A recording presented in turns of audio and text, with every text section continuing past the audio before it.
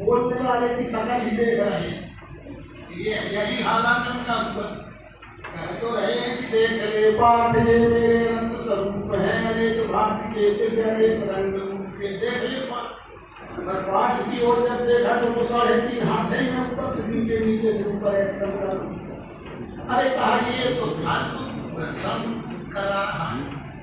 तब फिर कहती न तुम सत्य से दृष्टो मने नहीं वो सोचा इन परिस्थितियों में है फिर वो बात न तुम सत्य से दृष्टो मने नहीं वो सोचा दिव्यम ददामी ते चक्षु पश्चिम योग में समझ लो इन बाहरी आंखों से यानी तुम अपने माने हुए दृष्टिकोण से अपने माने हुए विचारों से मेरा लक्ष्य जिस विश्व की ओर है, ये देखने वाले विश्व की ओर मेरा बार बार इशारा करती हुई कहा नहीं समझ गए कि ये तो न समझ पाएगा, ये तो 3.5 हाथ के बाहर जा ही नहीं सकता।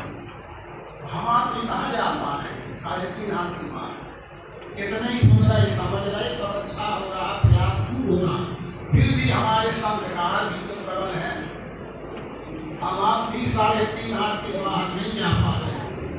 तो वही स्थिति अर्जुन की है कि अर्जुन अपना सबका प्रतिनिधि है। अर्जुन तो लक्ष्मण सत्य से दृष्टि मरे नहीं स्वचक्षुषा दिव्यम नामी के चक्षु पश्वे योगेशा। तो वो समझ करके वो ये अवतारी महापुरुषों की योग युक्ति देश काल परिस्थिति के अनुसार निर्णय लेना या इसे कार्यान्वित करना, ये तो अलग ही सूची होती है। इसे तो अवतार भूमिका होती है, ये नहीं होता है कि भूमिका होती है। भूमिका 30 होते हैं, सबकी भूमिका पहचान जाती है, नजर पड़ी तो सबकी भूमिका का नक्शा आ जाता है। तो उस समय की परिस्थिति के अनुसार ये जो बात है भी महत्व की है, समझने की है कि बार बार लोग कहते हैं कि अगर लिखा क्यों नहीं, लिखा क्यों नहीं उसी समय जब सब कुछ लिख सकते थे व्यास जी ही सही, तो वो पूरा प्रयोग ऐसे क्यों न लिखते जैसा आज हम साहब भगवान मायने जी के आविष्कार की बात समझाते हैं। इसका उत्तर भी वही दिया गया है, उसी में यही उत्तर है कि वहाँ अहेतुक और सहेतुक दोनों कारण से लिखना छूट गया है। अहेतुक भी है, सहेतुक भी है। सहेतुक इसलिए है कि लिख भी देते व्यास जी, तो अभी लिखने की बात भगवान लोग ले जाएगी। अब तो लिख गया ना, जब ना लिख पाए नहीं लिख गया, कोई कारणवश होगा नहीं होगा।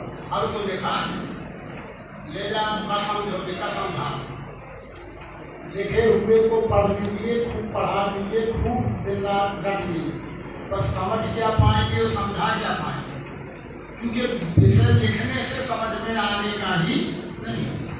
इसलिए क्योंकि ये तो प्रत्यक्षदर्शी सदगुरु से आमने सामने बैठकर समझने का विषय है, इसलिए सहेतु पुण्य छोड़ दिए। लिखने से कोई लाभ नहीं होगा, अहेतु क्यों हम लिखते हैं, ये तो प्रत्यक्ष का विषय है। इसे प्रत्यक्ष सदगुरु प्राप्त होगा तो रहस्य खोलेगा, लिख भी देंगे तो कोई रहस्य तो खोलेगा नहीं। दूसरे बहुत सी बात है, व्यास जी की भूमिका मननशील की है। रुई नाम हम व्यास मननशील व्यवस्था भूमिका में है। मननशील भूमिका का व्यक्ति सिद्धांत प्रतिपादित कुशलता पूर्वक नहीं कर सकता। तो ये ना समझे कि व्यास जी को कोई आरोप लगाया जा रहा है, व्यास जी की योग्यता पर कोई प्रश्न चिन्ह लगाया जा रहा है, ऐसी बात नहीं। तो जहाँ तक इस सिद्धांत को प्रदर्शन करने की बात है, वो दूसरी भूमिका के पुरुष के बस का। तीसरी बात, प्रमुख वक्ता कथन करता तो संजय तो सात्विक सिद्धावान, केवल मौका मिल गया तो चाहते ना चाहते कुछ हो रहा है तो हम पत्रकार है, हम उसको कवर भी करेंगे, नोट भी करेंगे, क्योंकि हम तो पत्रकार है। वो पत्रकारिता के हिसाब से उसने 16 समझा। जैसे अपने बीच में अभी के सब उदाहरण है। अपने बीच में नरसिंहपुर में जो आज अभी भी लोरिया प्रिंटिंग प्रेस है, जहाँ इतना बहुत सा साहित्य अभी भी छपता है, पहले भी छपते हैं। वो मात्र छोटा मोटा मोटा काम करने वाले उस समय के हिसाब से छोटा मोटा काम करते थे अपनी छपाई का। चाचा जी के स्वामी जी के संपर्क में आने के बाद थोड़ा बहुत उनसे छपाई का काम कराने लगे। तो छापते छापते लिखते लिखते पढ़ते पढ़ते उनको लगने लगा कि ये है क्या चीज। जब छोटा तब तक तो पैसा है, धंधा है, जो छपाने आएगा सब छापे। और ये सर्वांग योग भगवान का साहित्य जो छपता था तो वो कंपोजिंग करते थे, पढ़ते थे। तो पढ़ते पढ़ते उनको श्रद्धा हो गई, वो विज्ञान से जुड़ गए और अच्छे समर्पित भक्त के रूप में उनका पहले देह त्याग। इसी प्रकार से संजय तो अपना कार्य जो उसको दिया गया था वो कर रहा था, लेकिन वो कार्य करते करते आम के आम उठनियों के दामबाजी कहाँ। नौकरी तो कर ही रहे हैं, ड्यूटी तो कर ही रहे हैं, हमको बहुत अच्छा कोई बोध मिल रहा है तो प्लस हो गया जीवन में। पर उनमें ये योग्यता नहीं थी कि वो धर्मराष्ट्र को उपदेश कर सके। इतिहास बता सकते हैं लेकिन उपदेश करने की क्षमता भी नहीं थी, सामर्थ्य भी नहीं थी। दूसरे उस समय तक द्वापर युग के अंत का समय था। जाति व्यवस्था की बात ज्यादा समाज में प्रचलन में हो गई। राजा को एक छोटा कर्मचारी, संजय को छोटा सा सेवक कर्मचारी है, पत्रकार है, पत्रवाहक है, वो राजा को उपदेश नहीं कर सकते। जाति व्यवस्था की दृष्टि से वो राजा है, क्षत्रिय कुल के हैं, पर वो उस दृष्टि से वो हीन मानते थे, वो भी उपदेश नहीं कर सकते। इस तरह से अहेतुक और सहेतुक को विषय वहां से छूट गए। सहेतुक ये भी है, अंत में ये भी है कि ये भगवान श्री कृष्ण के द्वारा आविष्कृत किया हुआ स्वयं स्फुरण है।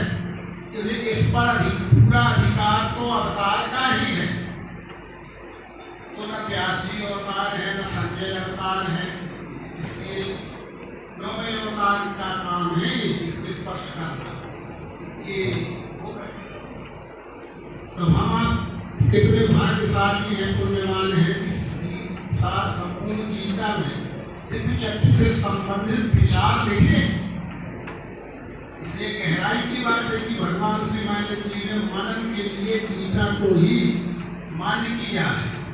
दिव्य चक्षु प्राप्त होने के बाद मनन के लिए गीता ही अथेंटिक जब मानी है उन्होंने, क्योंकि दिव्य चक्षु के प्राप्त होने के बाद जो विचार उत्पन्न होते हैं वो भगवत गीता के अलावा संसार के और किसी ग्रंथ में इतने सुव्यवस्थित रूप से नहीं मिल सकते। पर दिव्य चक्षु को अवतार का अधिकार है। दिव्य चक्षु का उपदेश और आविष्कार अवतार के अधिकार क्षमता में है। इसे नौवें अवतार नारायण भगवान श्री महादेव जी ने 11वें अध्याय के 8वें श्लोक का स्पष्टीकरण ये सर्वांग योग है, प्रयोग ये सर्वांग योग है, ये सर्वांग योग है। ऐसा ऐसा कहें तो क्या समझ में आ रहा। एक सर्वांग योग है और ये भी सर्वांग योग है। ये पढ़ के पढ़ा जा सकता है और इसको ये पढ़ा जा सकता है और इसको तो ये पढ़ने की बात है तो